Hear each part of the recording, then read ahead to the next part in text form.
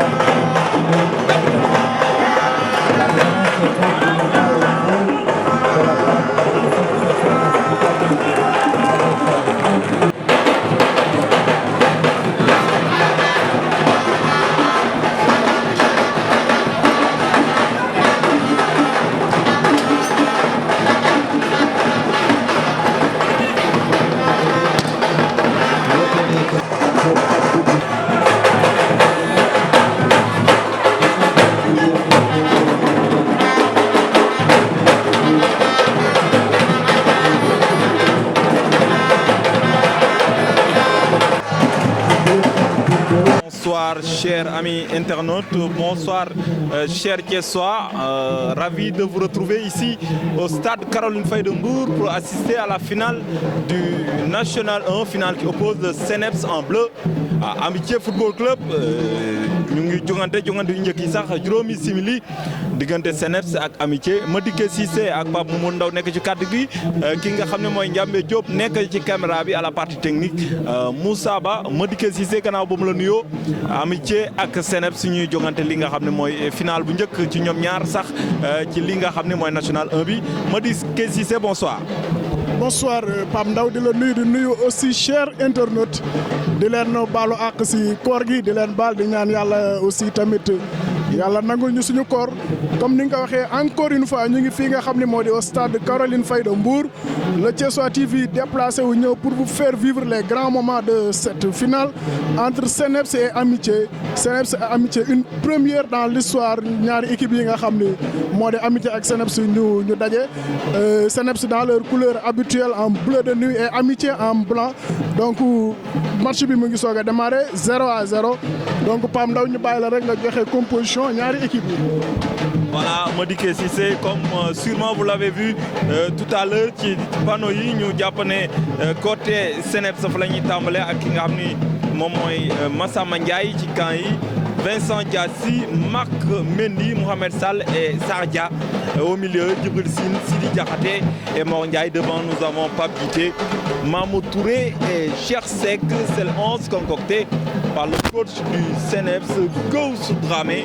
Côté Amitié, on va tout juste noter que 11 de départ bi change wul trop ak 11 bi nga xam ni moo joxante contre Jeanne d'Arc de Dakar mu nekkoon bëccëg bu mujj bi ci national 1 bi. On a toujours dans les buts Latir Touré, Pape Gossar à droite, Souleymane Sarr, Idriss Diop. Axe central Dabar Faye à gauche, au milieu Ousmane Sarr, Laye Diatta le capitaine et Mbaye Kondorsal. Devant nous avons Tidiane Sey Camara qu'on va essayer d'ailleurs de chercher, mais il est devancé par Massamba Ndiaye, Plinchou et Mamadou Diouf. Loolu nga xam ni 11 Amitié bi 11 boobu moo joxante keroog contre Jeanne d'Arc de Dakar kon Madické Cissé gis nga ni même 11 boobu moo ñëwaat mu mel ne 11 boobu daal mooy 11 nga xam ne gis nañ ko ci fin saison bi. Avant de vous donner la parole, on va suivre cette action. Ce sera tout simplement le premier corner de la rencontre et ce sera pour le CNEPS. Donc pas beaucoup de changements côté Amitié et côté CNEPS. Donc premier corner du match obtenu par l'équipe de CNEPS. Toujours 0-0. Centre, un corner qui ne donne finalement rien. Attention la frappe contrée par Souleymane Sarr. Ballon sorti proprement, ballon pour Bibi, ballon perdu. Faute sifflée par l'arbitre. Donc les deux équipes sont toujours en lice en Coupe de la Ligue. Amitié victorieux face à l'US Rail 2-0.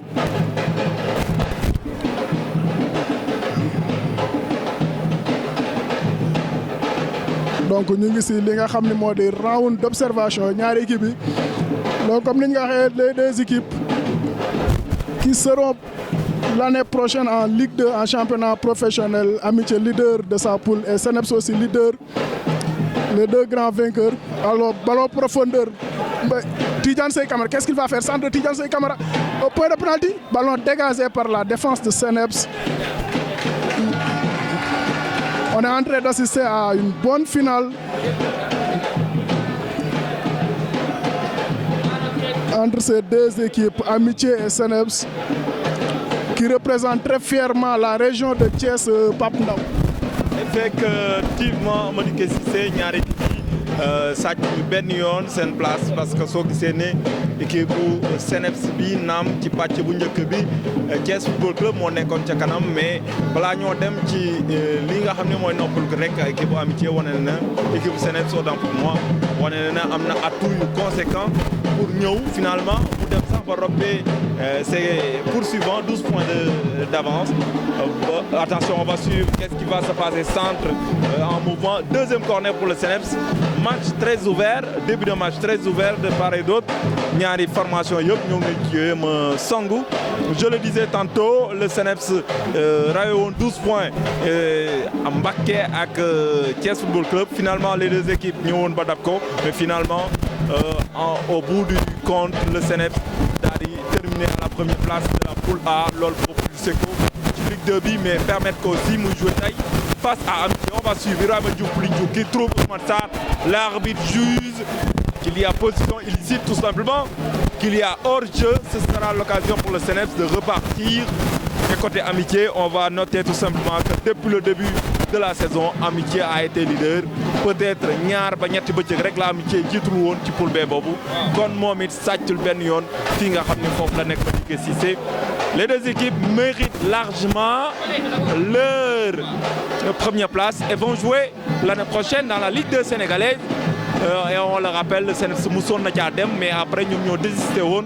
C'était la première année de la professionnalisation. Aujourd'hui, le CNEPS a l'occasion de retrouver cette Ligue 2 sénégalaise et d'y rester, pourquoi pas. Pour l'instant, on va suivre parce qu'on est au stade Caroline Faye de Mbour entre le club et du Rail. Un derby alléchant, une belle finale. Depuis le début de la partie, ñaari équipe yi ñu ngi songu kenn calculé wul. Moo tax jongante ba xaw naa tijji Madické Cissé. On va suivre Plinchou moom moo yor bal ba noonu. Stade Caroline Faye bi nga xam ne Amitié fi lay recevoir match am donc mu nekk donc tey day mel ni Amitié moo recevoir parce que fi lay attention on va suivre cette action faute sur Sarr Dia, le capitaine de CNEPS, l'expérimenté. L'arbitre qui est en train de mettre les ordres.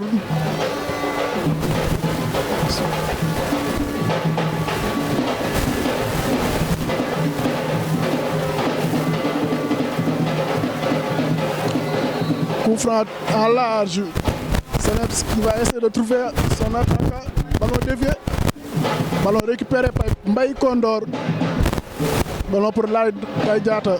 L'extérieur. Tidiane Sey Camara. Tidiane Sey Camara, qu'est-ce qu'il va faire? Il est en jambe pour ce début de match. Plinchou, ballon sorti en touche.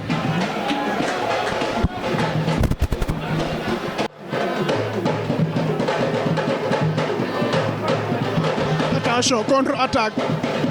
Ballon pour Tidiane Sey Camara. Il est très en jambe pour ce début de rencontre. Ballon en profondeur et l'arbitre qui siffle le hors-jeu. Hors-jeu.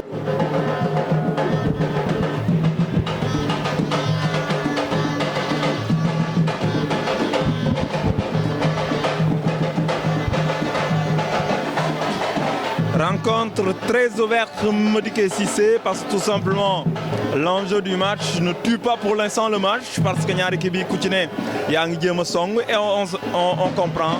C'est une finale certes, il faut la jouer, il faut la gagner, c'est vrai, mais tamit ñu déplacé wu ñëw dañuy xaar équipe yi li nga xam ne def nañ ko tout au long de la saison ñu confirmer ko sur le terrain.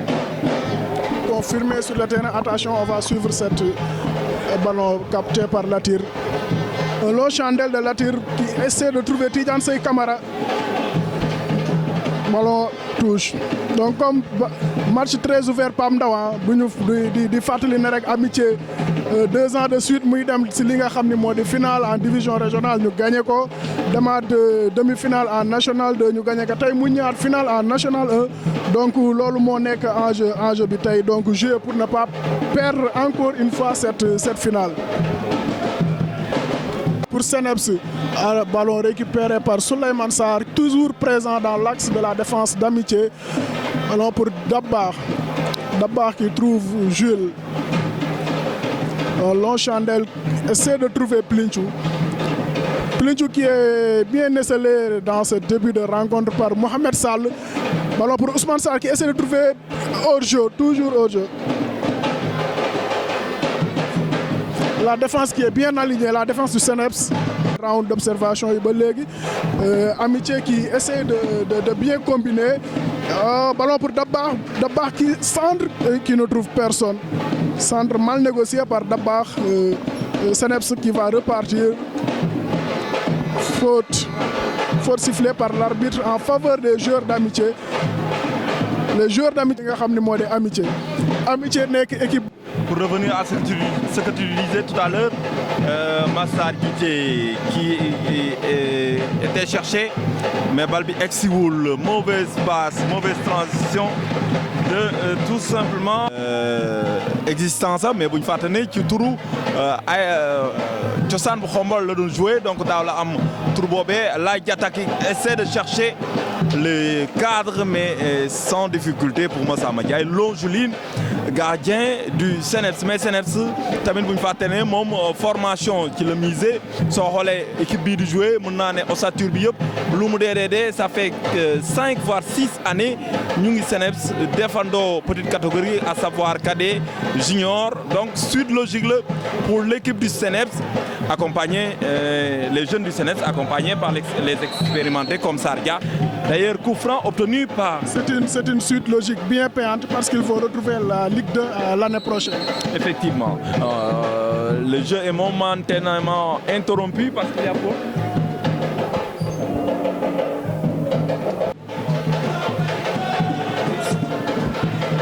Coup franc très bien placé pour CNEPS que va être tiré très certainement par Mohamed Sall, le défenseur du CNEPS. Attention, balle frappe de Mohamed Sall, c'est contré par le mur. CNEPS qui va essayer de jouer. Ballon pour Marc. Un long ballon de Marc qui essaie de trouver Cheikh Seck. Ballon sorti. Ballon rapidement joué par Dabar, touche. Il trouve Bibi. Bibi qui va essayer d'accélérer. Il temporise Bibi. Ballon mal négocié par Bibi, qui n'est pas du tout dans le match. Dans l'entame de cette rencontre, il récupère encore de nouveau le ballon. Ballon récupéré par Mohamed Sall. Faute sur Cheikh Seck. Toujours 0-0 entre CNEPS et Amitié.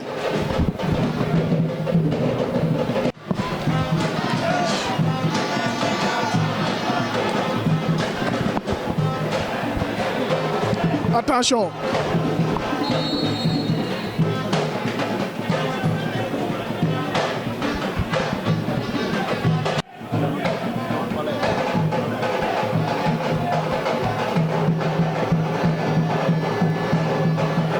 Mendy, finalement ça atterrit dans les pieds de Laye Diatta qui va essayer de jouer avec Dabar Faye.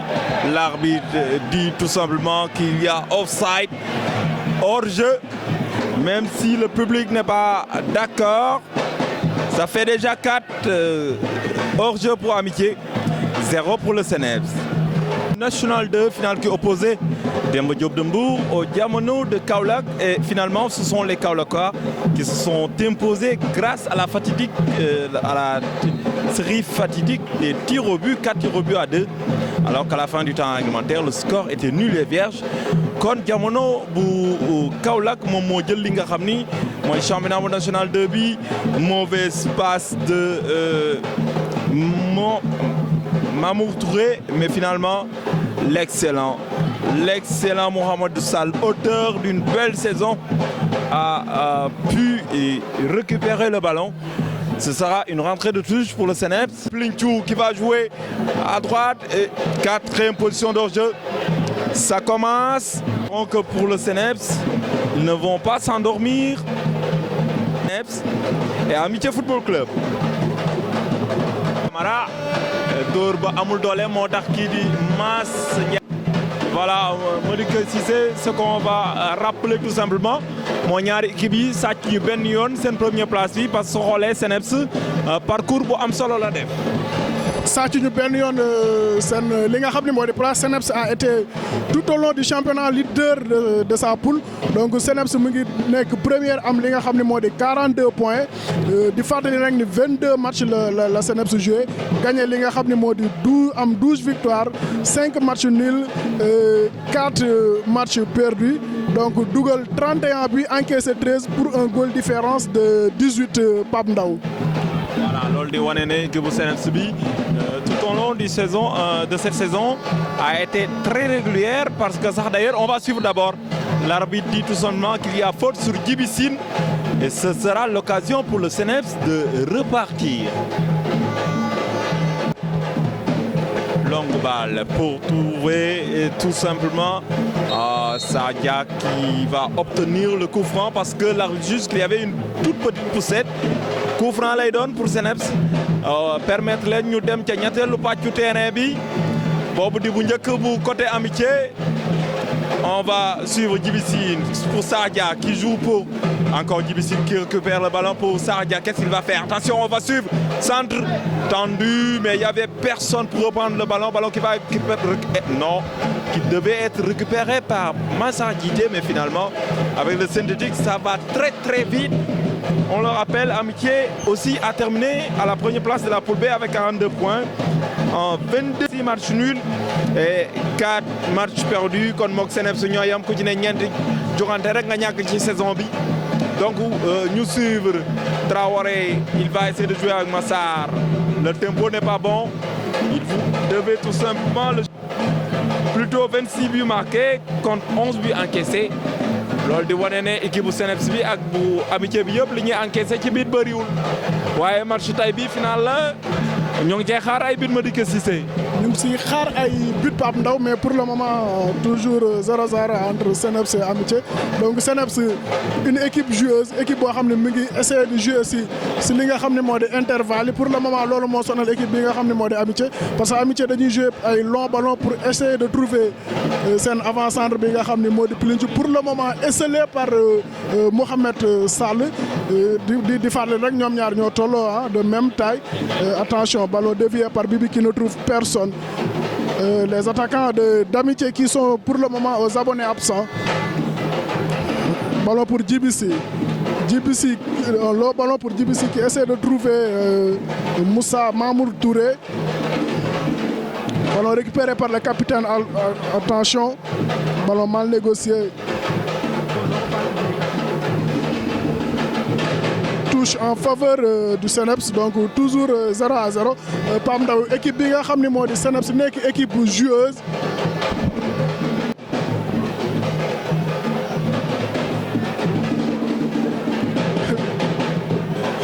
Plinc qui est pour le moment défenseur ça résume pour le moment le match d'Amitié CNEPS qui domine outrageusement cette équipe d'Amitié.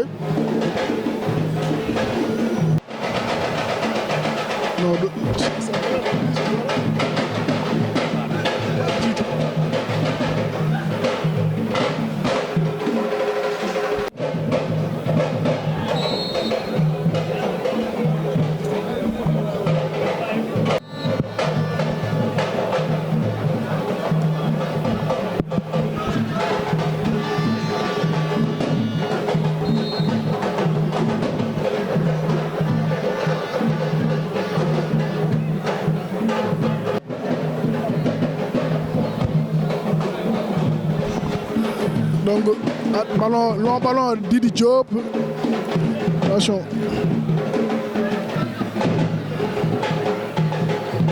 C'est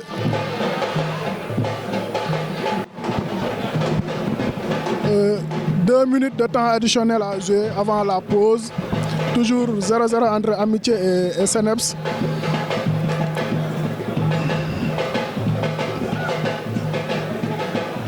Le ballon de Mass Ndiaye.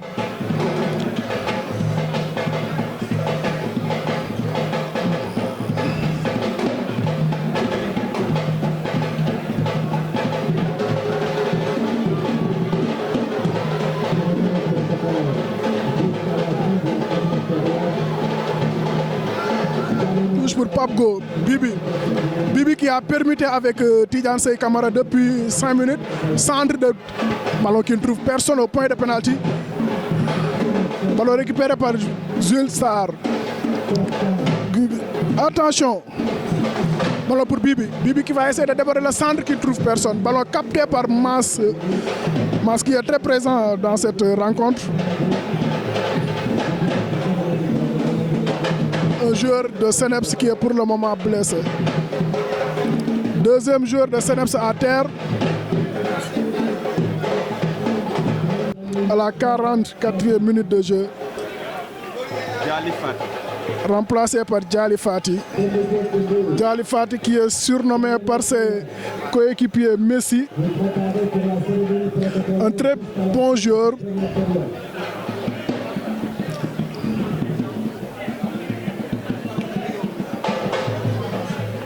c'est ñaari simili moo des si jongante bi mën nañ ne sax fi mu nekk nii jeex na presque mu ngi koy wax léegi Messi lañ koy woowee moom Djali Fati surnommé Messi moom moo remplacé Pape Massar Djité. On suppose que su Pape Massar génne ça veut dire que tout simplement c'est sérieux moment boobu la arbitre bi décidé pour daal di yóbbu ñaari équipe yi ñu noppaliku daal di def lii nga xam ni mooy cérémonie protocolaire ndax buñ fàttali ne sànq jamono de Fatick moom moo daan ki nga xam ni moom mooy Demba Diop bu Mbour. On va suivre ça et ce sera tout à l'heure.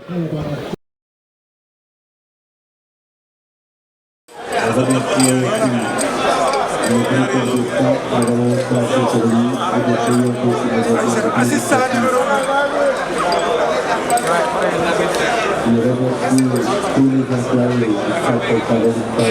Voilà.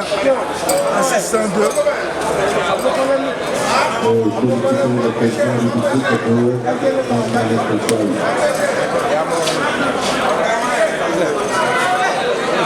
C'est l'inspecteur. Le commissaire. Le commissaire.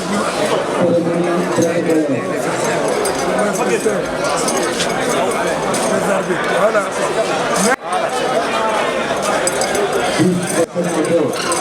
xaar leen tuuti mu gaaw tuuti mu gaaw.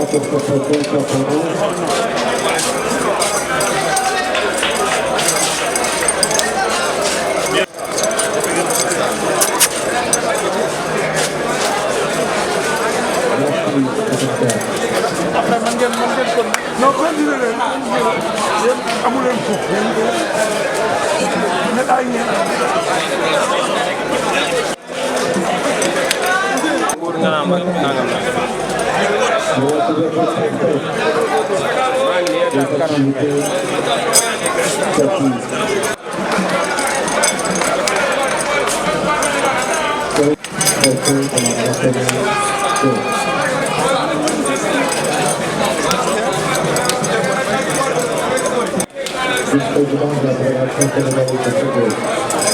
Il est accompagné de M.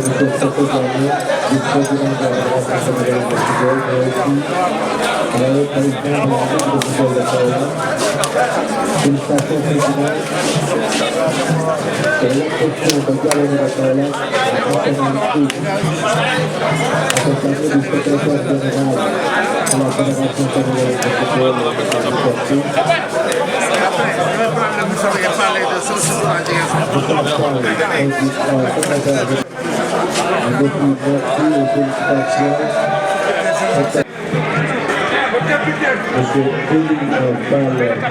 conseil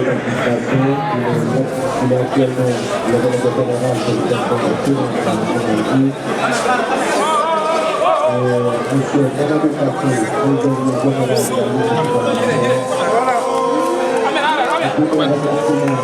président général de la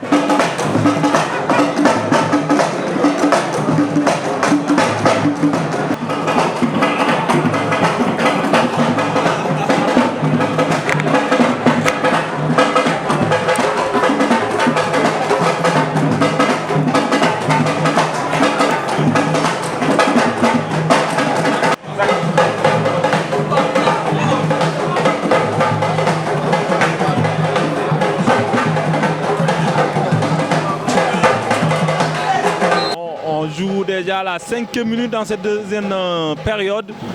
Amitié qui tentait d'attaquer, mais ballon récupéré par l'excellent Mohamed Sall. Un long dégagement. Finalement, Pape Gossard va essayer de... mauvaise passe, mauvais contrôle. Et finalement, ce sera une rentrée de touche pour le CNEPS. Abdoulaye Sardia, du capitaine CNEPS, moo koy fas yéene effectuer milieu de terrain. Modiqué, je trouve que repositionnement, attention, on va suivre d'abord avant d'y revenir. D'abord Marcelo, il va essayer de centrer, centre-tir qui ne donne rien. Je disais tout à l'heure que je trouve que repositionnement Abdoulaye Diatta bi am na impact bu baax a baax ci équipe bu Amitié bi parce qu'en début de saison il jouait derrière et c'était tout simplement un autre capitaine qui jouait à sa place, mais depuis qu'il est là, on a vu qu'Amitié mu ngi jouer un peu plus et c'est de bon augure. di fàttali rek ni Ousmane Ly donc moo doon joué au milieu de terrain donc Laye Diatta repositionné depuis l'année dernière donc daaw mi ngi doon joué li nga xam ni moo di match yu bari mu joué ko comme milieu de terrain donc mu ñëwaat ren coach bi ñëw tegaat ko fi nga xam ni moo di milieu de terrain c'est bien payant parce que depuis lors bi ñu ko repositionné milieu de terrain Amitié mu ngi caracolé en tête donc di gagné li nga xam ni moo di ay matcham. Attention, long ballon pour Dabakh, frappe de Dabakh capté par Mass. Le premier tir cadré de cette deuxième période. Attention, les joueurs de CNEPS qui jouent avec le feu. Ballon bien sorti. Ballon pour... Attention, contre-attaque. Ballon pour... Ballon... Centre contre finalement. Ballon... Et le joueur qui laisse filer en corner. C'est aussi donc le premier... Corner tiré par Djali Fall. Attention, le centre qui ne trouve personne. Tête de Laye Diatta. Le capitaine du jour, Laye Diatta. Faute de main, sifflé par l'arbitre. Un coup franc qui va permettre aux joueurs d'Amitié de souffler un peu. On est reparti donc sur les mêmes bases pour cette deuxième période. CNEPS qui essaie de faire le jeu. Amitié qui est très très bas aujourd'hui. Attention, les joueurs de CNEPS qui combinent bien. Ballon pour 20 contre.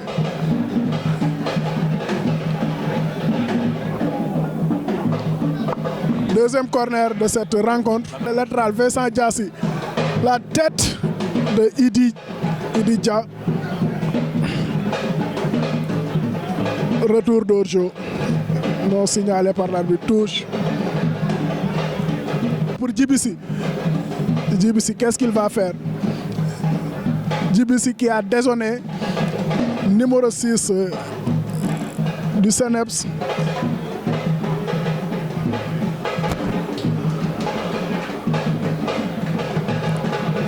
CNEPS qui domine littéralement cette deuxième période. Un long ballon qui ne trouve personne de Mohamed Sall. Ballon pour Pilinchou, le vétéran qui trouve Laye Diatta. Un long ballon pour Ousmane Sarr. Est-ce qu'il va rattraper le ballon? Finalement, oui. Contre nag moo dugal bit bi nga xam ne moo yóbbu Amitié fii. Attention, premier corner mal négocié. Corner encore.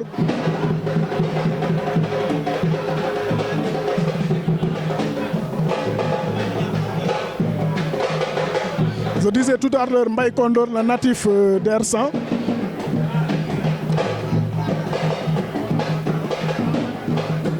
Attention, ballon dégagé par la défense.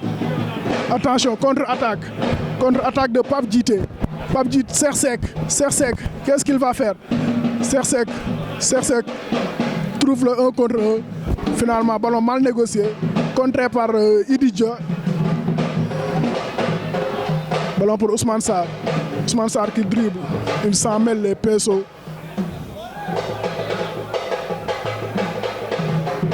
Toujours 0-0 entre Amitié et CNEPS Pape Ndaw.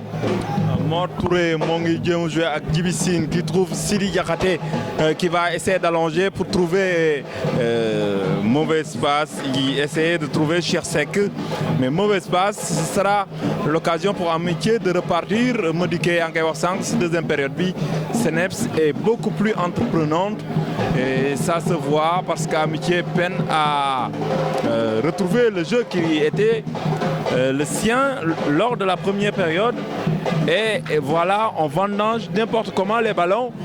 Ballon qui va être récupéré par Gassi Vincent. Mu ngi jouer avec Messi. Qu'est-ce qu'il va faire? Il va essayer de dribbler, il obtient la faute. Bonne entrée de Messi qui essaie tout simplement de déstabiliser le milieu de terrain de Amitié jusque-là, qui était dans sa partie. Dabar Faye, long ballon récupéré par Djiby Sine. Excellent Djiby Sine qui fait un bon match. Marc Mendy qui a retrouvé sa place de titulaire dans le 11 de départ des Bleus. La Diatta, Djiby Sine encore très présent, surtout sur le second ballon qui joue pour Messi, qui va allonger pour Diassi, qui va essayer de trouver Mort, mais ce sera une rentrée de touche, occasion saisie par Mamadou Diop pour effectuer son premier changement. Ce sera la sortie de Ousmane Sarr remplacé par Pape Moussa Gueye, le natif de Fayou, qui était titulaire habituel l'année dernière, mais cette année il a perdu sa place. Touche de Vincent Diassi. Touche qui sera d'ailleurs effectuée à nouveau parce que arbitre bi jotuta woon joxe li nga xam ni moom mooy sifflet bi. Donc Modiké Cissé mu ngi koy wax léegi ki nga xam ne mooy Ousmane Sarr moom junior la woon daaw ren gis nga ko mu yéeg. Au fil des matchs il a trouvé sa place de titulaire, mais aujourd'hui il n'a pas trop pesé sur la rencontre. Finalement il est sorti. Est-ce que ça va impacter dans le jeu? On verra. La suite, Dabar Faye qui va essayer de repiquer. Non, il prend la ligne, il repique, il va prendre la ligne. Finalement, il prend la ligne, il va essayer de jouer avec le nouvel entrant. Qu'est-ce qu'il va faire? Il va obtenir une faute. Excès d'engagement de Sidi Diakhaté. Momomé qui voit dans la défaite. Amitié. Coup franc de Dabar Marcelo qui ne trouve personne. Ballon dégagé par la défense du Seneps. Donc comme Pam Ndaw numéro 1, c'est un junior qui remplace un junior. Donc Pam Moussa l'année dernière tamit junior la bu ñu doon surclassé en senior. Les joueurs d'Amitié qui ne sont pas sereins pour faute.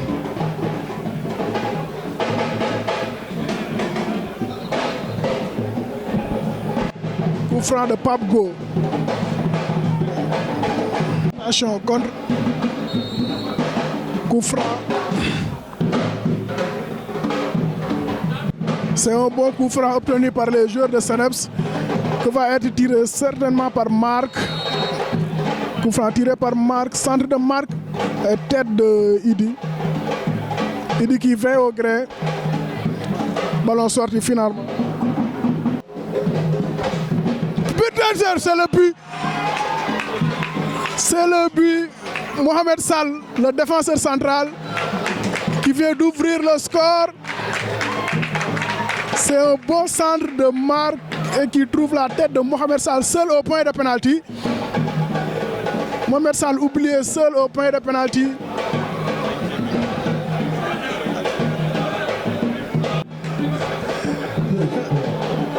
ñu ngi gis giri-giri yi nag ñu ngi dindi giri-giri yi nag giri-giri yi nag ñëw na si championnat national 1 bi daw def nañ ko ne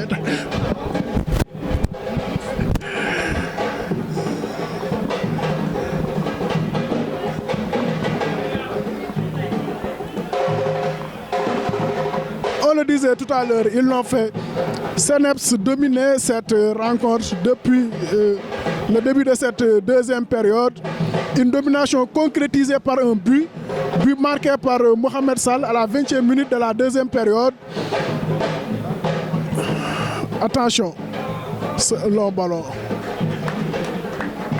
comme d'habitude rek ñëw di jouer di essayer génne proprement li nga xam ni moo di bal bi attention on va suivre cette action et touche.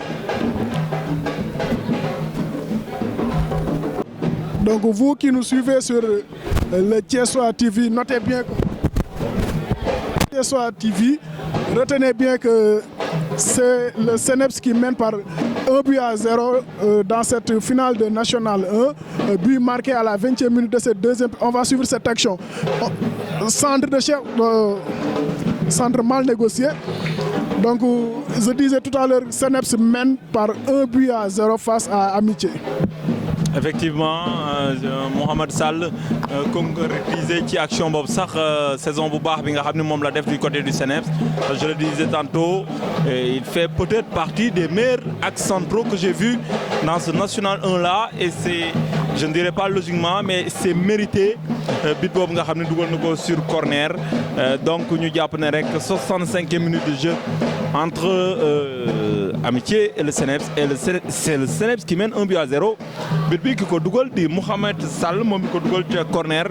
Amitié est-ce que dina dellusiwaat ci match bi dina xaw a jafe parce qu'on les sent un peu timorés depuis le début de cette seconde partie. Long ballon pour trouver Plinchou, mais il a un client parce que Mohamed Sall il est très très bon dans les airs, et d'ailleurs c'est pourquoi peut-être loolu la utilisé pour dugal. Messi il a fait une bonne entrée ci deuxième période bi ma dëkk Cissé, je le disais tantôt, et d'ailleurs c'est l'occasion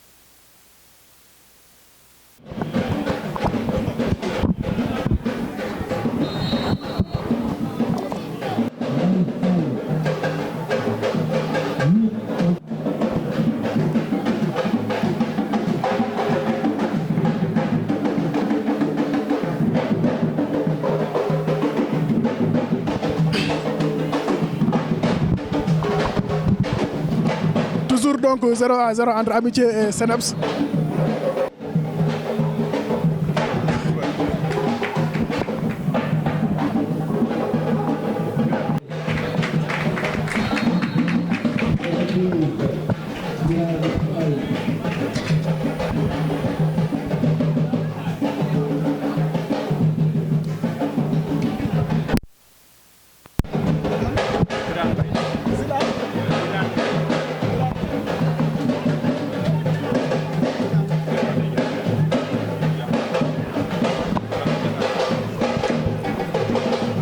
Toujours donc 1-0 pour CNEPS. Deuxième changement opéré par Gaussou, le coach de CNEPS, Biran Pen, qui prend la place de Sidi Diakhaté. Notez bien aussi que Mamadou Diop a opéré 2 changements consécutifs. Elhadji Ndiasse et Cheikh Ndiaye qui prennent la place de Mbaye Condor Sall et Bibi Diouf. Attention, ballon pour Idija. On assiste donc à une réorganisation tactique d'Amitié. Amitié qui joue.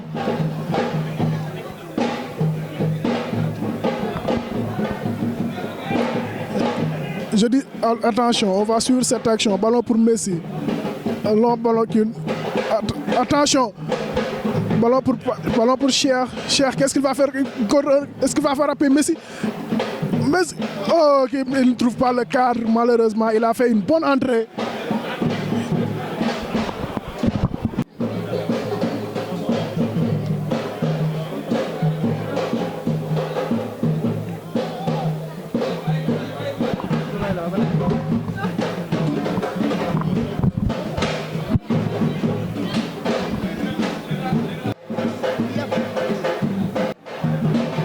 Voilà, donc nous jouons le dernier quart d'heure.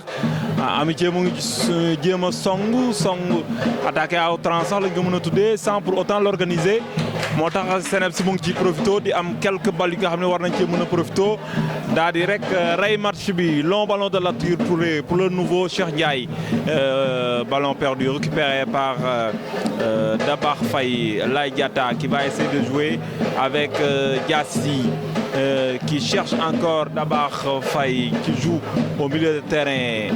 Le Amitié joue mais c'est un peu lent.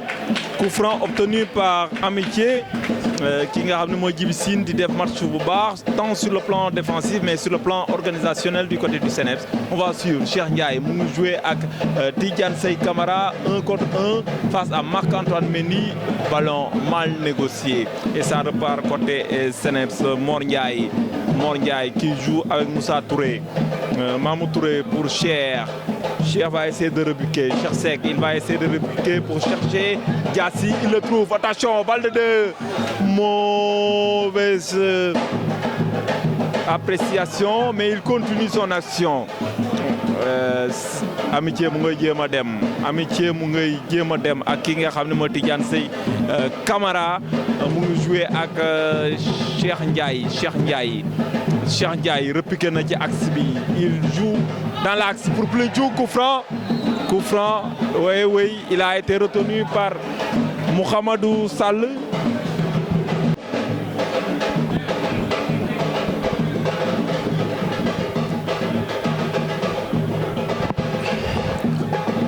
Attention, coup franc très bien placé pour Amitié qui va être tiré très certainement par Pape Moussa, le spécialiste des balles arrêtées côté Amitié. Il avait marqué l'année dernière en junior face au Stade de Mour. Dans ce stade, Caroline Faye. Attention, Pape Moussa ou Dabar.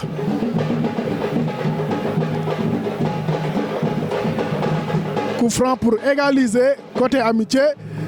Attention, il se lance par Moussa, il tire, contré par le barrage. Attention, on va suivre cette contre-attaque pour Seneps. Contre-attaque, Cheikh. Ballon récupéré par Latir qui avait bien lu le jeu. Dégagé. Donc c'est une réorganisation tactique côté Amitié qui joue maintenant en 4-2-4. Il joue avec deux seuls, mais Pape Moussa Gueye.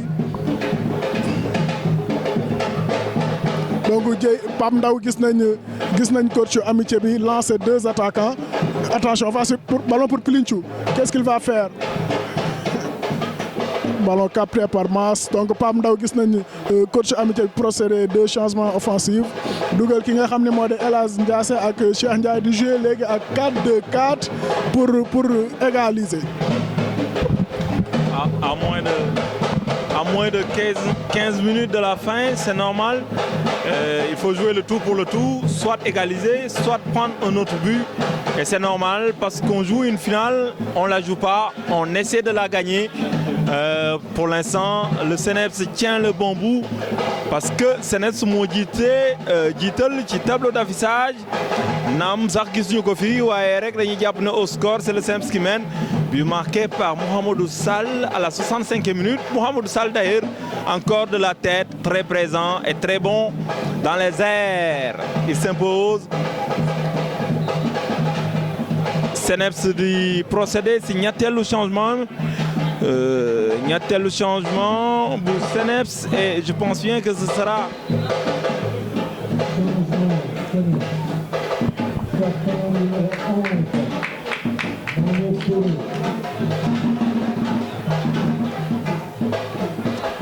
Abdoulaye Dia qui va remplacer Mamour Touré.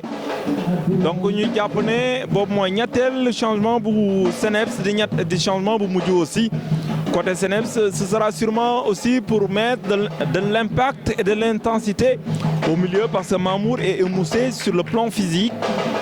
Il a beaucoup dépensé. Coach Gaussou, il tient à ce trophée moo tax bëggu ko bàyyi benn yoon xëy na Seneps naan Amitié maa la njëkk ci yëf yi moo tax bàyyil tey ma jël nga xaar ba baneen est-ce que Amitié dina ko nangu moins de 10 minutes.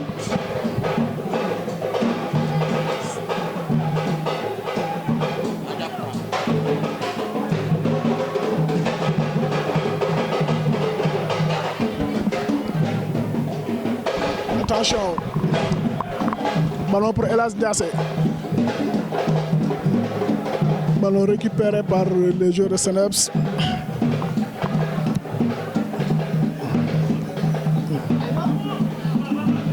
Latir qui joue pour le moment libéraux côté Amitié.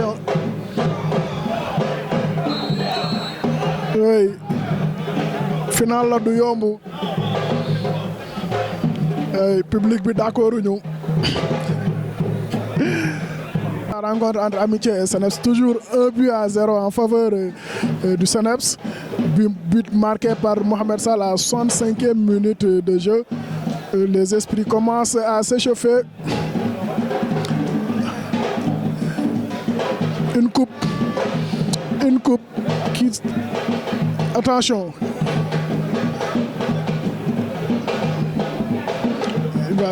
Attention. Ballon récupéré encore par Latir. Très présent. Attention, on va sur cette contre-attaque. Ballon mal négocié par Pape Moussa qui essaie de trouver Plinchou. Plinchou qui est bien surveillé par Mohamed Sall. Pape Ndaw le disait tout à l'heure, il fait partie des meilleurs défenseurs centraux de cette année. Mohamed Sall. C'est à l'image de sa saison. Meilleur joueur côté Seneps, Mohamed Sall.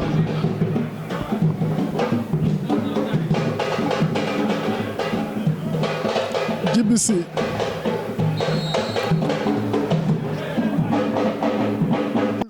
Tête de Dabakh Marcelo. Ballon récupéré par Messi.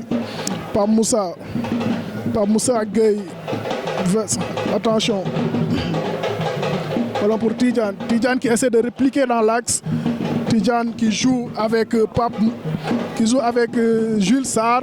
Jules Sarr. Sa transmission est coupée par Djibissi qui est très présent. Pam Ndaw le disait tout à l'heure, côté défensif et côté offensif. Ididja.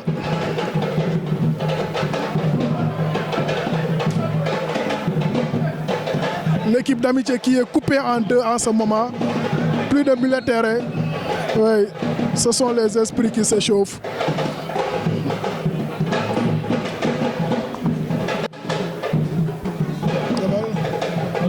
Avertissement du nouveau entrant, Cheikh Ndiaye, qui écope donc, qui écope le premier carton de cette rencontre. La 87e minute de jeu.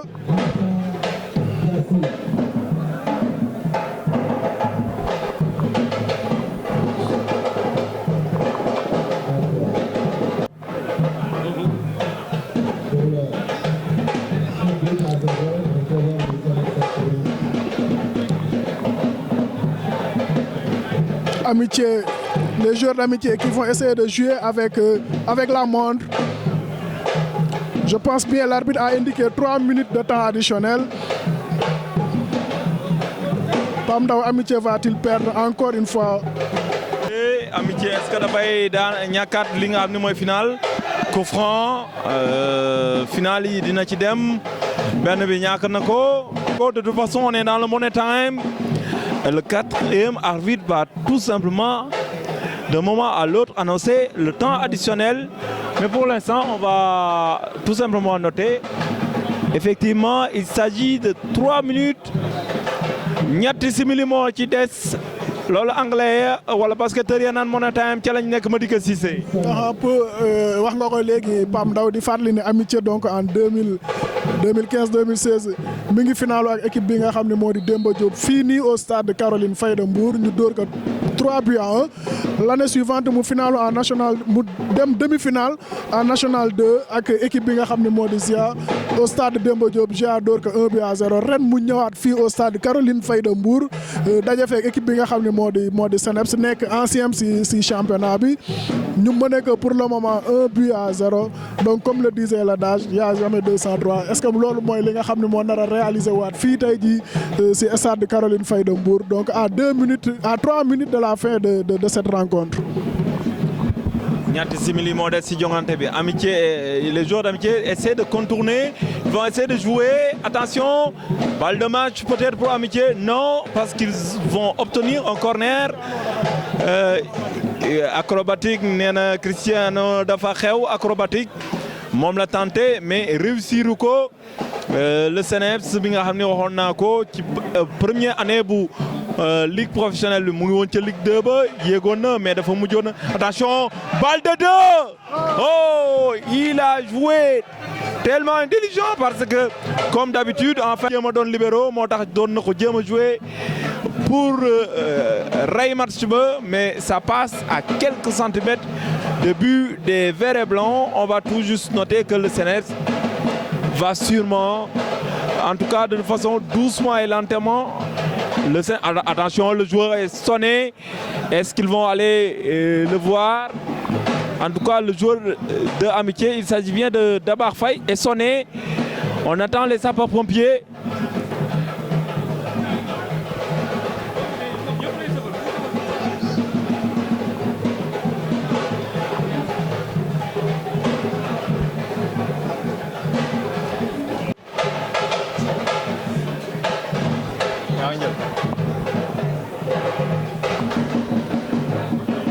Dabar Marcelo moom mi nga xam ni dafa am li nga xam ne mooy télescopage ak ki nga xam ni moom mooy Djibi Sine ak Lati Touré moom nag dafa il est sonné. D'ailleurs il va être évacué par les sapeurs-pompiers et nous jouons la dernière minute de jeu dans cette finale de National 1 entre le CNEPS qui mène d'ailleurs 1-0 face à Amitié Football Club.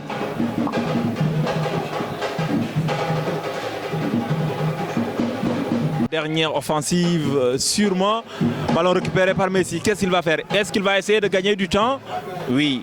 C'est plus intelligent. À toi, à moi. Il va essayer de garder le ballon. Il joue avec Djibi. Attention, il retrouve le ballon. Ballon récupéré par Lati Touré qui va essayer de se dégager. Long dégagement qui va atterrir sur la tête de Sadia, le capitaine du CNEPS. Long ballon pour essayer. Diassi va essayer de dégager. Il est au duel avec Tidiane Sey Camara. Diassi, Vincent qui gagne son duel, qui va essayer de chercher la faute. Il a fait beaucoup de bien à cette équipe du CNEPS. Messi, Madické Cissé, peut-être la dernière offensive. Dernière phase offensive pour l'équipe d'Amitié. Long dégagement de Ididja. Ballon capté par Moussa. Attention. Attention, il se ressaisit. Ballon bien négocié par Mas qui va temporiser. Essayer de gagner quelques secondes. C'est une victoire qui sourit à l'équipe de CNEPS.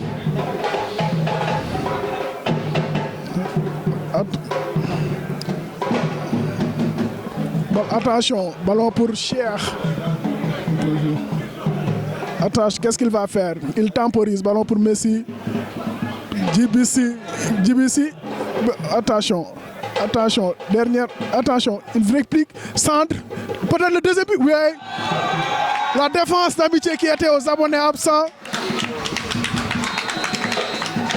CNEPS qui en profite et l'arbitre qui siffle à ce moment même la fin de cette rencontre.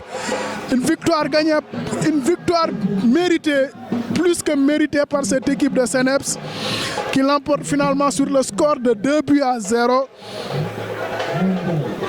Pam Ndaw troisième année de suite Amitié ñàkk li nga xam ni moo di final bi. Amitié ñàkk li di final bi CNEPS daal di jël li nga xam ni moom mooy championnat national bi ki nga xam ni mooy Mor Ndiaye moom moo scellé définitivement le sort du match parce que tout simplement ci arrêt de jeu yi la daal di dugal bal bi nga xam ni moom mooy daal di rey match bi définitivement.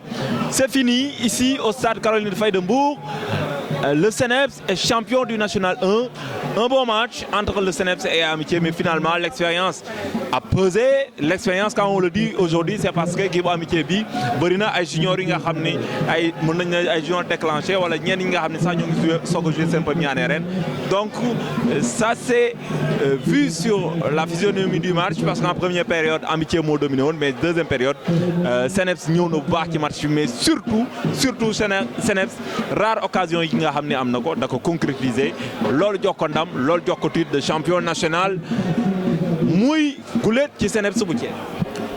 guléet ci CNEPS bu Thiès mu jël li nga xam ne moo di championnat national bi Pape Ndaw wax nga ko CNEPS l'expérience a parlé aujourd'hui CNEPS ci expérience am ci la gagné li nga xam ne moo di.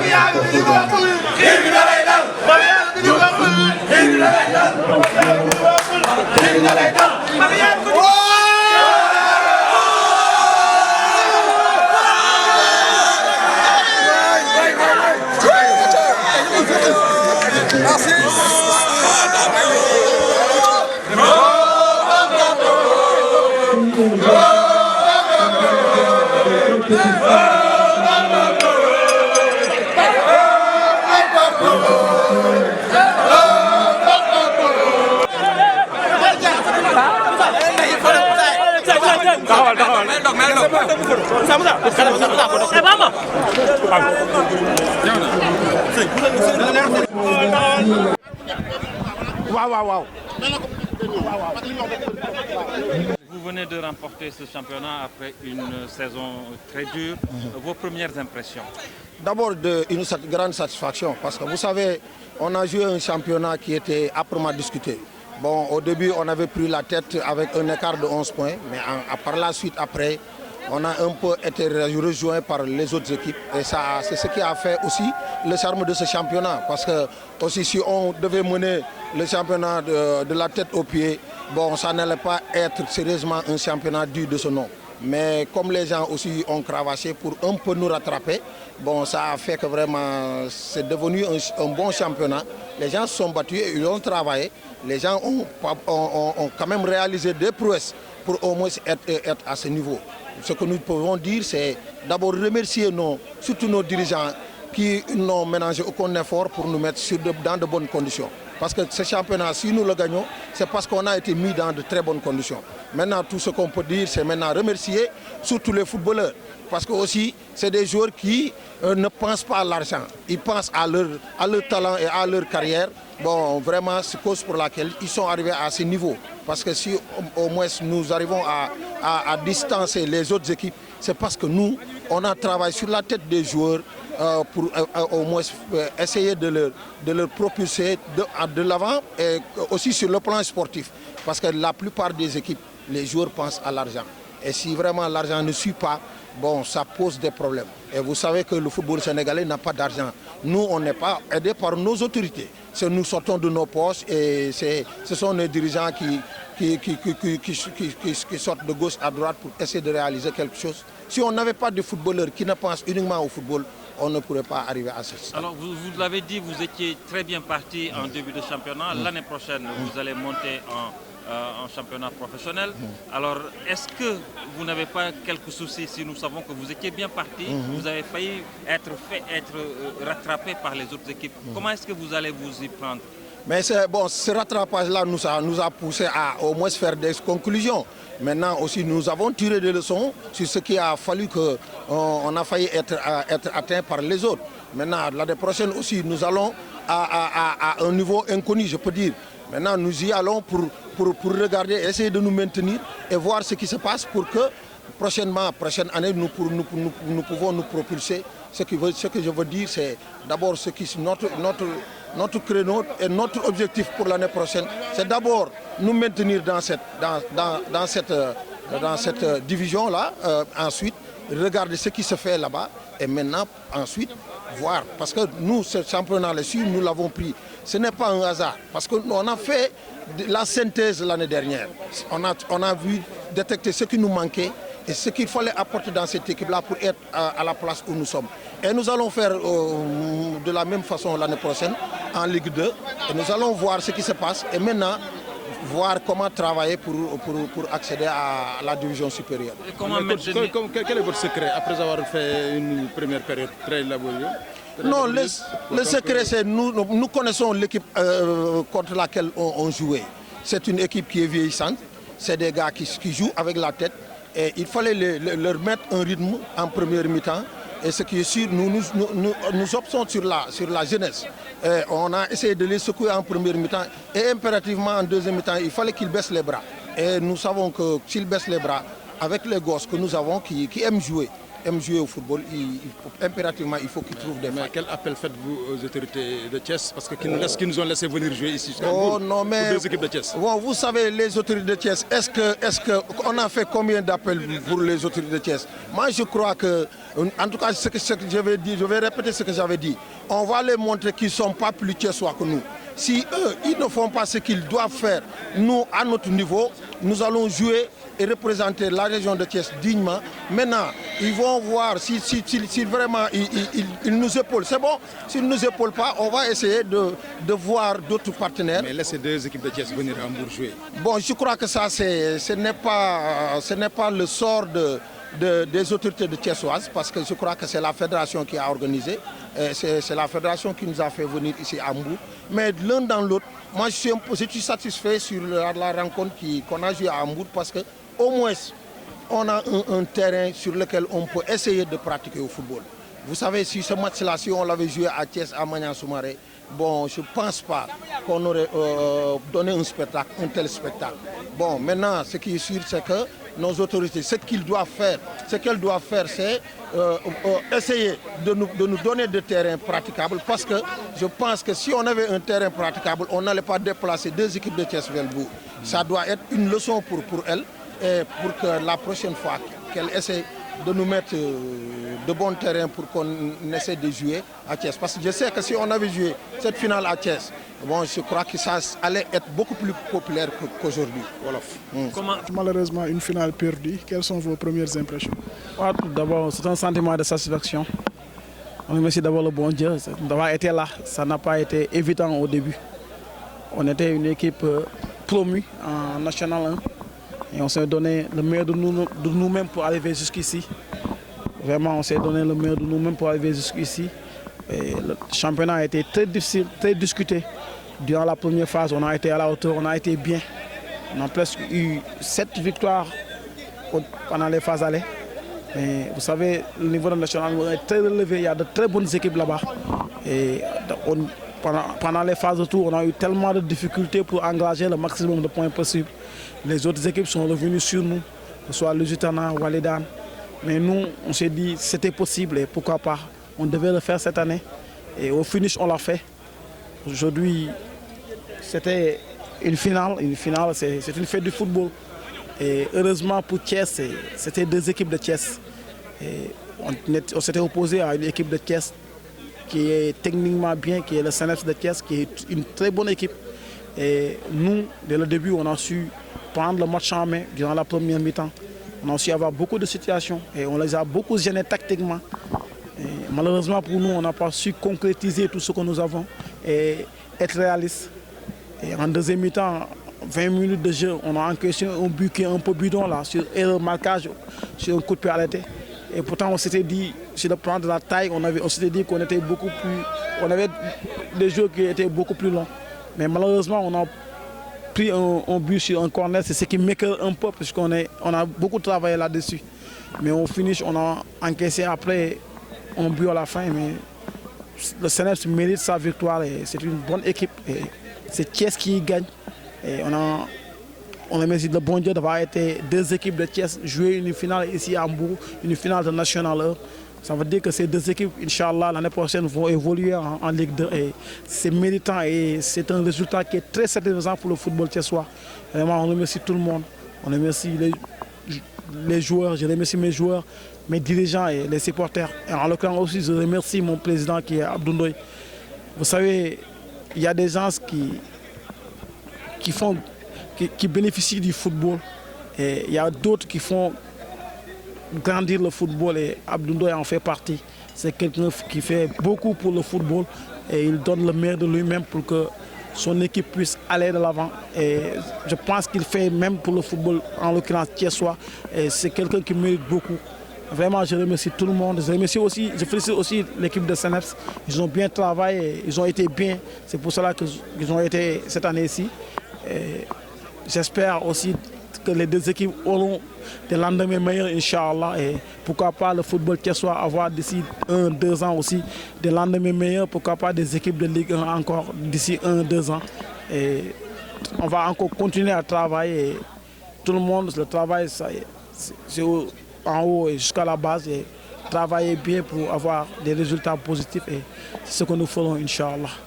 Coach bi bi waxee léegi c'est Thiès qui gagne donc am na ñaari équipe CNEPS ak Amitié en Ligue 2 en championnat professionnel donc loolu moo nekk li nga xam ne moo si ëpp solo donte tey équipe bi nga xam ne moo di CNEPS jël na ndam li si kaw ki nga xam ne moo di Amitié par 2-0 donc le Thiessois TV ñëwoon fii nga xam ne moo di stade Caroline Faye comme ni mu ko defee si rencontre yëpp ñëw pour dëgmal leen li nga xam ne moo di les moments forts de cette rencontre entre Amitié et CNEPS fii la donc le Thiessois TV et surtout n'oubliez pas de vous abonner sur la chaîne YouTube chaîne bi fi teewal askan bi merci.